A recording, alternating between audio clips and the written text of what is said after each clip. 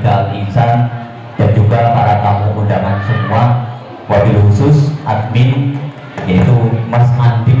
Beliau selalu ngincang-ngincang dari besar Islam dan juga jamaah Nawawiyyah Istighosah yang besar.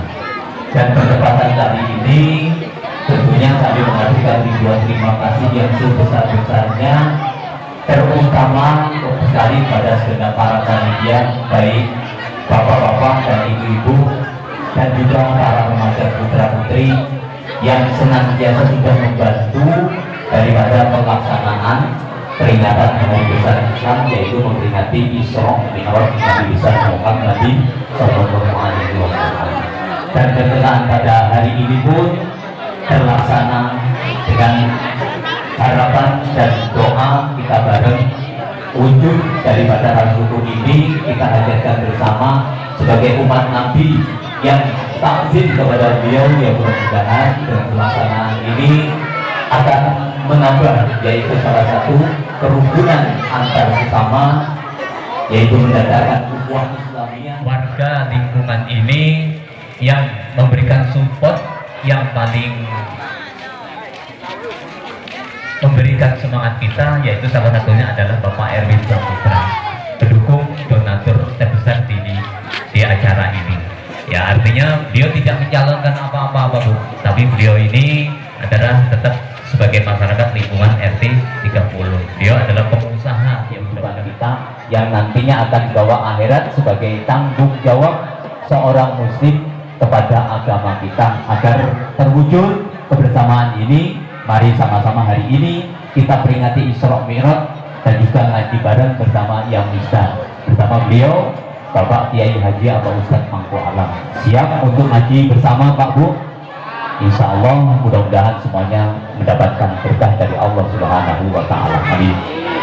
Selanjutnya juga segenap para tamu undangan, para hadirin, kami selaku panitia tentunya mohon kepada semua para hadirin, mari dalam peringatan tersebut kita sama-sama berniatkan berhajat masing-masing. Bismillahirrahmanirrahim. Alhamdulillahirabbil alamin. Wassalatu wassalamu ala asrofil anbiya'i wal mursalin Sayyidina wa maulana Muhammadin wa ala alihi wa sahbihi ajma'in. La hawla wa la quwwata illa billahil aliyyil azim. Amma ba'du. Hadirul muhtarimin, para alim, para ulama, para bapak kiai, ibu kiai, para ustaz, ustazah, khususipun kejalanipun Abah Ustadz Mangkuala ingkang sampun hormati lan sedaya hadirin Muhammad sallallahu alaihi wasallam. Allahumma sholli ala sayyidina Muhammad, Allahumma sholli ala sayyidina Muhammad, Allahumma sholli ala sayyidina Muhammad, Allahumma sholli ala sayyidina Muhammad. Semoga kita mendapat syafaat dari Nabi Muhammad sallallahu alaihi wasallam. Amin ya rabbal alamin. Sebelum istighosah yang bisa al-insan kita derekaken, kula ten mriki minangka wakil, sebagai wakil panjenenganipun Abah Ustadz Mangku Alam, ngaturaken matur nuwun sangat berterima kasih kepada semua warga, panitia, pengurus istighosah Yamisda di Banyuasin, semua tempat sini, khususipun Pak Budiono. Matur nuwun sangat istighosah ini diadakan dan bersama acara Isra Mi'raj Nabi Muhammad sallallahu alaihi wasallam. Yang nomor 2, pengambutannya sangat panjenenganipun Abah Ustadz Mangku Alam niku tahun kemarin itu habis agak gak enak badan, sehingga untuk ngendikan nanti ampun kaget lagi nopo lagi kurang lancar, tapi alhamdulillah fisiknya sudah sehat. Kalau dilihat ini seperti orang sehat kemauan. Nanti kalau istighosah itu gak terasa, gak tahu kalau Abah itu pernah sakit, ada penyumbatan di otak itu nggak terasa. Jadi mohon maaf Kalau mewakili untuk bahasa ini sama abah dibahasakan ngoceh. Saya ini disuruh ngoceh rumiyin sebelum beristighosah dia misdah. Perlu dimangertosi bahwa istighosah yang misdah alisan itu tetap berhubungan sekali dengan Isra Mi'raj Nabi Muhammad SAW. Karena apa? Karena istighosah yang misdah alisan ini diijazahkan peluncurannya itu ketika bulan Rajab. Ketika Mbah Yai Malik yang punya istighosah itu diijazahkan di bulan Rajab agar doanya itu langsung ke atas ke Sidratul Muntaha, sehingga harapannya apa yang diinginkan oleh kita para jamaah ini dapat cepat dijabah oleh Allah Subhanahu wa taala. Jadi ini istighosah yang misdah. Istighosah yang misdah ini adalah sebuah bentuk kita mensyukuri nikmat Allah Subhanahu wa taala. Kenapa kok bisa dibilang mensyukuri nikmat Allah Subhanahu wa taala? Karena wujud kita dalam bersyukur itu salah satunya adalah bentuknya dengan cara kita menghamba kepada Allah Subhanahu wa taala. Syarif Saridin itu adalah muridnya Sunan Kalijogo dari Jawa. Syarif Saridin itu dia itu menemukan kedamaian hatinya sehingga apapun yang dia ucapkan langsung sama Allah itu diijabah. Karena apa? Karena ketransparan antara hatinya dengan Tuhan, istilahnya sudah mutafak. Tapi untuk kita apakah seperti itu? Kita hanya mencari untuk mendekatkan diri kepada Allah. Bahasanya kita ngejas, kita itu mengisi ulang dari dalam diri kita untuk mengisi dalam hal diniyah secara batinnya, sehingga zahirnya kita sudah dapat, tinggal batiniahnya juga kita dapat. Dalam hal ini istighosah yang misdah alisan itu agak panjang. Yang panjang itu ya nunggunya. Sebetulnya istighosahnya itu kan nggak lama kan. Oh, paling-paling cuma 5 menit udah selesai. Dilihat top nanti bukunya itu dilihat udah selesai. Tapi kalau dibaca dan kita dihayati, insya Allah kita akan mendapat inner peace itu tadi. Latihannya kita adalah latihan kalau membaca istighosah itu dengan jahar, dengan dilafazkan, tidak dengan batin. Jadi kalau baca zikir itu dilafazkan agar mendapat naru zikir. Naru zikir itu fungsinya adalah membakar hati agar sifat madmumah di dalam hati ini bisa hilang dan mendapat nur ilahi dari Allah Al-Mutajalli. Majlis zikir itu sangat dianjurkan oleh Rasulullah SAW. Yang paling tinggi itu ada majlis taklim, majlis ilmu. Yang nomor 2 adalah majlis zikir. Nah, hari ini itu kita mendapat dua-duanya. Kalau majlis taklim, orang yang datangnya terlambat terus tidur, itu ganjarannya atau pahalanya sama kayak orang yang mendengarkan. Oh, tapi ya jangan langsung tidur. Nanti saya bilang gitu tidur.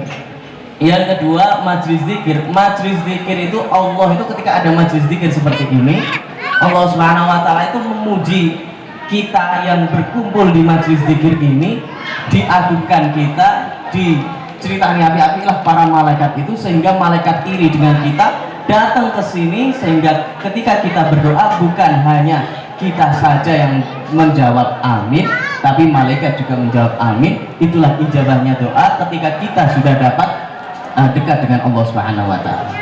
Tapi ingat, ketika kita itu dekat dengan Allah Subhanahu wa taala itu kita harus ridho.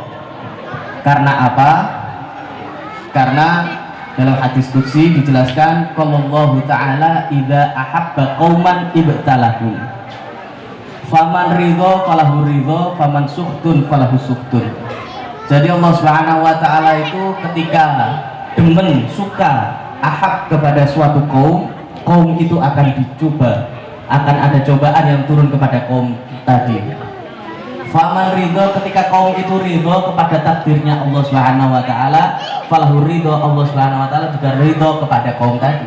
Faman suhtun, ketika orang itu bendu, grundel, tidak rela kepada takdir yang turun kepadanya, falhusuhdun, Allah juga bendu kepada kaumnya. Maka dari itu para hadirin, ketika beristighosah itu jangan kita sepaneng terhadap nopong ya, kerupakan hidup kita. Kita nikmati mawon.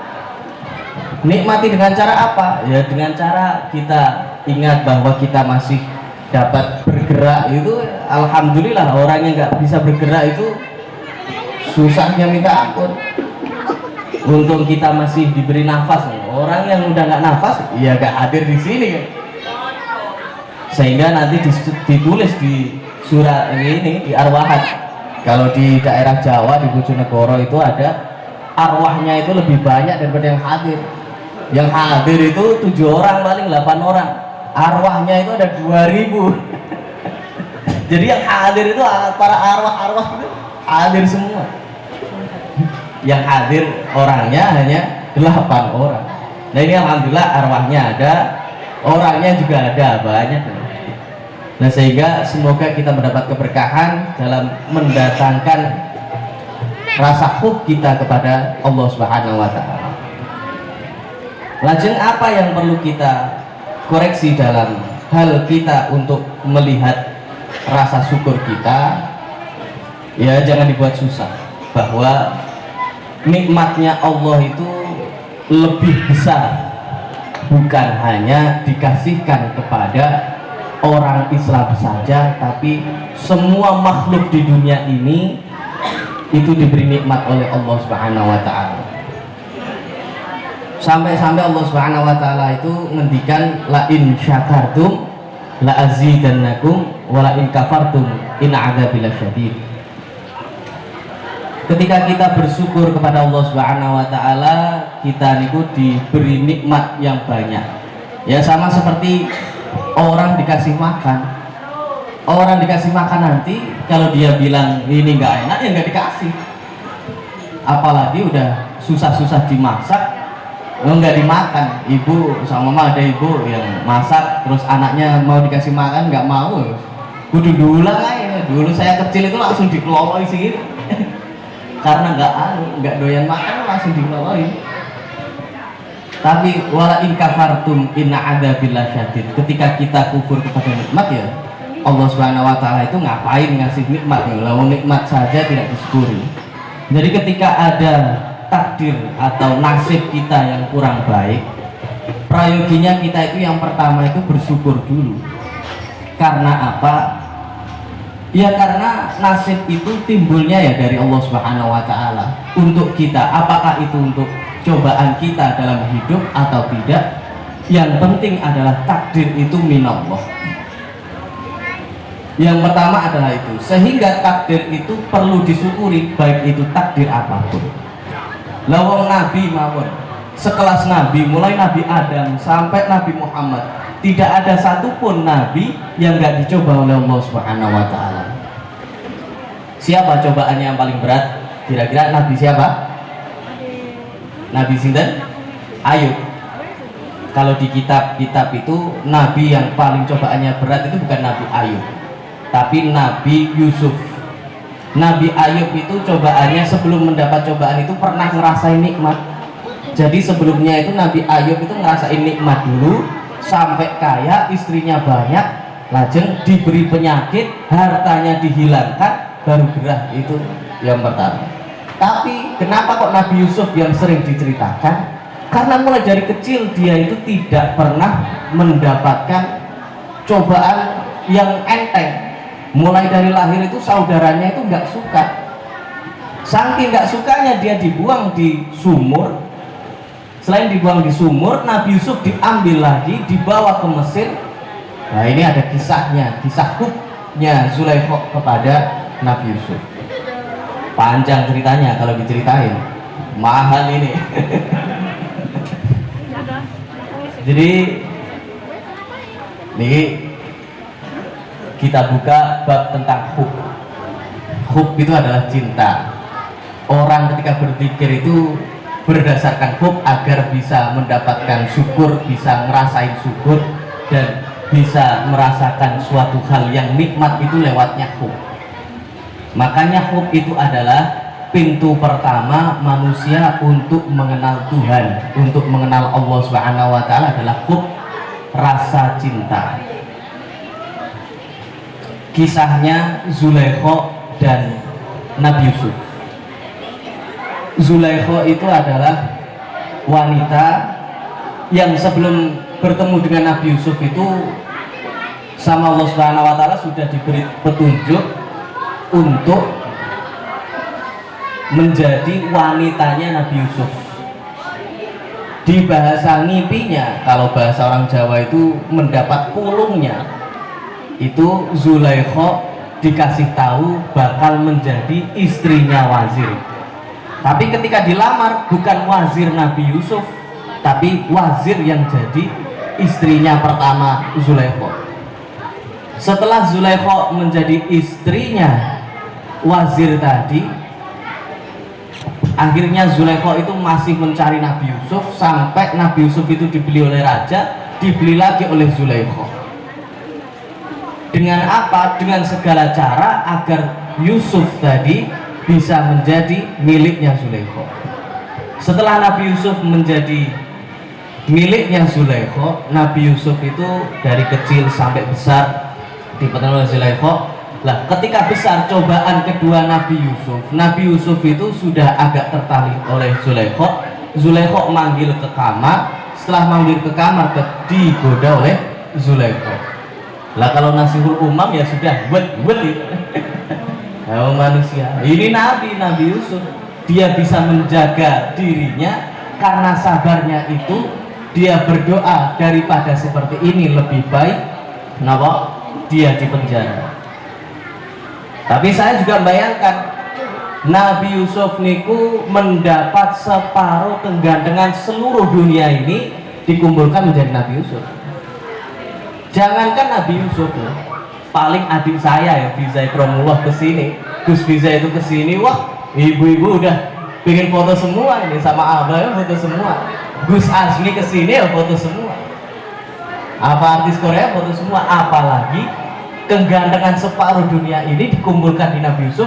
Dilihat, wah sampai kalau diceritakan di Al-Quran itu para wanita-wanita itu dikasih apel sama dikasih pisau. Yang dipotong bukan apelnya, tapi yang dipotong tangannya, saking terpesonanya sama Nabi Yusuf. Setelah itu Nabi Yusuf dipenjara karena dakwaan itu, dia berdoa lebih baik di penjara. Dan ketika di penjara, Nabi Yusuf diberi mukjizat sama Allah Subhanahu wa taala, bisa nakwil mimpi, bisa mengartikan mimpi. Mimpinya raja diartikan, dia menjadi perdana menteri. Lah, ketika menjadi perdana menteri, Zulaikha ini merasa kehilangan Nabi Yusuf. Saking cintanya Zulaikha itu, dia iri bukan kepada kawannya, bukan kepada siapa dia bersamanya, tapi iri kepada bajunya. Kata Zulaikha, enak ya jadi bajunya Nabi Yusuf, bisa nempel terus sama Nabi Yusuf. Sampai kayak gitu. Nabi Yusuf ketika lewat jalan, sama lewat jalan sini, Sukomoro sini, lewat sini, Zulaikha pasti ada di situ dan dia itu pasti mencium tempat lewatnya keretanya Nabi Yusuf. Saking cintanya Zulaikha. Tapi sama Allah Subhanahu wa taala dikasih happy ending. Nah, happy ending enak. Karena saking cintanya Zulaikha kepada Yusuf yang notabene adalah kekasih Allah, Zulaikha diberi nikmat oleh Allah, dipertemukan dengan Nabi Yusuf. Setelah dipertemukan, Zulaikha dikembalikan menjadi muda lagi. Selain menjadi muda lagi, Zulaikha dinikahkan bersama Nabi Yusuf. Jadi di situ bisa diambil bahwa ketika hub seseorang itu sangat kuat kepada yang dicintainya, maka rasa syukur itu pasti ada, pengorbanan pasti ada. Kalau dalam istilah tasawuf, di dalam hub pasti ada yang namanya khauf, pasti ada yang namanya roja. Khauf itu adalah rasa takut ketika tidak diperhatikan, ketika yang disenangi itu berpaling, itu pasti ada khauf dan pasti ada roja. Pengharapan akan dilihat, pengharapan akan diperhatikan dan lain sebagainya. antara khauf dan roja ini jika bersatu, maka satu itu adalah hub kepada yang dicintai. Para hadirin yang dirahmati Allah, seperti halnya kita berkumpul di sini, ini adalah latihan kita hub kepada Allah Subhanahu wa taala. Yang mana kita akan berzikir. Zikirnya bukan hanya 1 2 3, bukan sikok 2 kilo, tigo. Keliru sampean. Siapa tahu kan jadi orang Palembang, orang sini.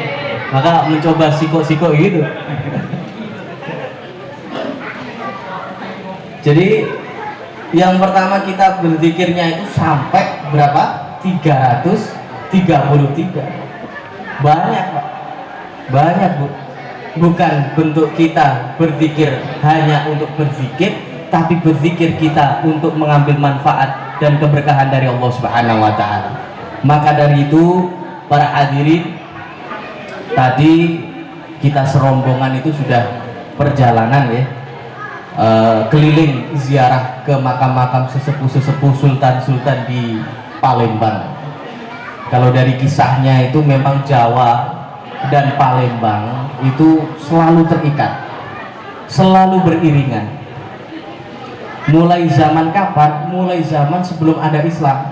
Sriwijaya dulu itu hubungannya dengan Jawa itu erat sekali. Sampai ketika Sriwijaya sudah ganti kerajaannya menjadi Majapahit, Majapahit yang berkuasa, ada anaknya raja yang ditaruh di sini, yang diangkat menjadi adipati, namanya Aryo Damar. Dia itu termasuk masih ayah angkatnya Raden Fatah. Raden Fatah itu sultan pertama di Jawa. Terus ngapa ini istilahnya pangkatnya nopo, gelarnya adalah Sultan Panembahan yang Palembang itu adalah Raden Fatah, karena dulu lahir di Palembang. Kalau nggak salah di sini juga ada situs-situsnya, sampai ada UIN, namanya UIN apa? Raden Fatah. Itu memang hubungan kita erat sekali. Setelah beberapa tahun Raden Fatah, kira-kira eranya Aryo Penangsang dan Joko Tingkir, itu ada 40 bangsawan dari kerajaan Demak yang datang ke Palembang. Salah satunya namanya adalah Ki Gede ing Mataram, Ki Gede ing Suro. Ki Gede ing Suro itu termasuk yang menjadi sesepuh di sini, karena Ki Gede ing Suro itu bukan hanya menjadi pimpinan kerajaan, tapi dia juga menjadi ulama. Tidak banyak itu, rata-rata di kerajaan itu ulama itu sendiri, pimpinan itu sendiri. Kalau Ki Gede ing Suro itu termasuk sesepuh di sini, itu juga ulama, itu juga pimpinan pemerintahan. Setelah itu kita berjalan ke Sultan Mahmud Badaruddin I yang mendirikan Masjid Agung. Masjid Agung Palembang itu melambangkan bahwa Islam itu menjadi cerminan di tanah Palembang. Dan semoga dengan adanya kita berziarah ke makam-makam tadi, kita mendapat keberkahan, sehingga semua jamaah Istighosah Yamisda Al-Ihsan dimanapun tempatnya, khususnya di tanah Sumatera ini, diberi keberkahan oleh Allah Subhanahu wa taala. Karena seperti apa rihlah perjalanan Nabi Muhammad SAW ke Sidratul Muntaha, ke atas langit itu tidak langsung dari Masjidil Haram ila Masjidil Aqsa. Kalau di kitab Ad-Dardiri itu dikasih tahu bahwa sebelum ke Masjidil Aqsa, Nabi Muhammad itu diajak plesir. Apa ya sini? Tahu plesir ya? Diajak mampir-mampir dulu sama malaikat Jibril di Gunung Sinai ketika bertemunya Nabi Musa dengan Allah Subhanahu wa taala. Terus nanti di mana lagi sampai terakhir di Masjidil Aqsa, baru Nabi Muhammad SAW itu menaruh buruknya itu ya di tempat nabi-nabi menaruh buruk.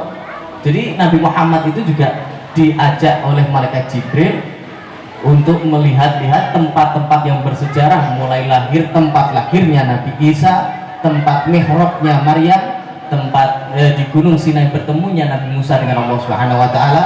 Dan setelah itu baru Nabi Muhammad diajak naik buruk ke Sidratil Muntaha. Nanti oleh-olehnya adalah sholat 5 waktu. Jadi hadirin yang diberkahi Allah Subhanahu wa taala, kita itu ngalap berkah itu bukan bentuk kita mengkultuskan suatu hal, tapi bentuk kita adalah rasa syukur kepada Allah Subhanahu wa taala. Karena dalam istighosah yang misdah itu kita diajarkan sama Mbah Yai Malik. Diajarkan gimana? Yang pertama kita itu harus ingat kepada Allah Subhanahu wa taala.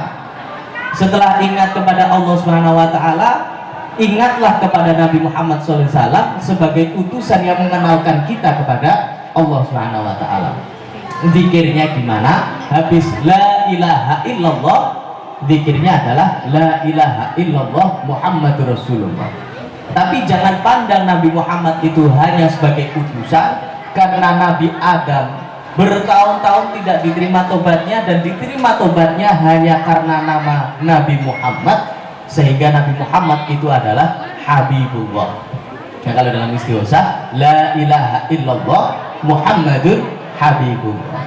Setelah Allah, setelah Nabi Muhammad, kita niku harus melihat secara diri kita sendiri. Dalam Kulo sering dari akan Abah bahwa jadikanlah istighosa ini sebagai muhasabah diri, sebagai untuk melihat diri kita sendiri, sehingga setelah la ilaha illallah Muhammadun Habibullah kita berdoa kepada Allah agar diampuni dosanya. Ya Allah, astagfirullah.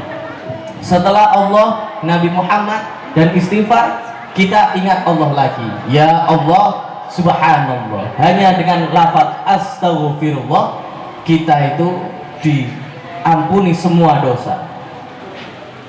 Jadi masya Allah, makanya ya Allah subhanallah. Setelah ya Allah subhanallah, kita ingat lagi kepada Nabi Muhammad. Ya Allah, ya Muhammad. Setelah ingat kepada Muhammad, kita ingat kepada diri kita sendiri, muhasabah lagi, berdoa kepada Allah. Ya Allah, ya kafi. Ya Allah, semoga dicukupkan semua kebutuhan kita. Allahumma yasir umurona kullaha, semoga Allah menggampangkan segala urusan, wasahil dan mengentengkan segala urusan, wala tu'asir alaina, dan tidak ngangel nih, tidak menjadi suatu yang berat buat kita. Singkatnya adalah ya Allah ya kafi. Setelah itu kita membaca hauqalah. Hauqalah itu apa? Hauqalah adalah lafaz la haula wala quwwata illa billahil aliyil azim, yang dalam hadis diterangkan barang siapa yang membaca itu insya Allah sama Allah Subhanahu wa taala 50 utangnya akan disaur oleh Allah Subhanahu wa taala. Setelah hauqalah, orang itu kalau berdoa itu prayoginya membaca Asmaul Husna. Asmaul Husna yang dipilih oleh Mbah Yai Malik adalah Bismillahirrahmanirrahim, ya Qawiyyu ya Azizu ya Alimu ya Qadir ya Sami'u ya Basir. Setelah itu lafaz qul hu ya misda, Bismillahirrahmanirrahim, qul huwallahu ahad, kun fayakun masyaallah qadiran abadan abadan. Setelah itu kita bersolawat Allahumma sholli ala sayyidina, Allahumma sholli ala Muhammad. Terus kita tahlil, kita berzikir bersama. Afdhalu dzikr fa'lam annahu la ilaha illallah. Nah, nanti ketika berzikir itu dengan jahar itu dengan suara, tidak dengan batin. La ilaha illallah batin, kita pakai suara la ilaha illallah. Insya Allah segala urusannya kita tangguhkan pada Allah Subhanahu wa taala, sehingga kita mendapat kemudahan dalam segala urusan. Amin ya rabbal alamin. Sebelum kita mulai istighosah dalu niki, kita akan membaca arwahan. Bismillahirrahmanirrahim. Alhamdulillahirabbil alamin, arrahmanir rahim, maliki yaumiddin. Iyyaka na'budu wa iyyaka nasta'in. Ihdinas siratal mustaqim, siratal ladzina an'amta 'alaihim ghairil maghdubi 'alaihim waladdallin. Bismillahirrahmanirrahim. Alhamdulillahirabbil alamin, arrahmanir rahim, maliki yaumiddin. Iyyaka na'budu wa iyyaka nasta'in.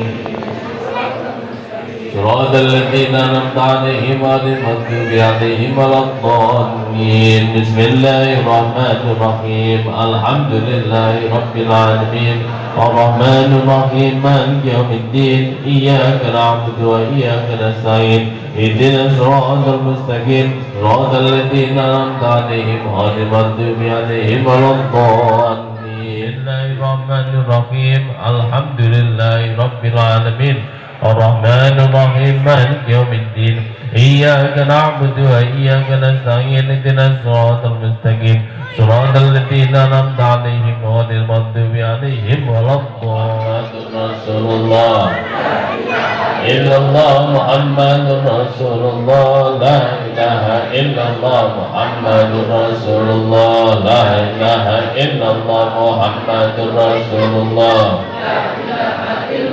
محمد رسول الله لا إله إلا الله محمد رسول الله إلا الله محمد رسول الله لا إله إلا الله محمد رسول الله لا إله إلا الله محمد حبيب الله إلا الله محمد حبيب الله لا إله إلا الله محمد حبيب الله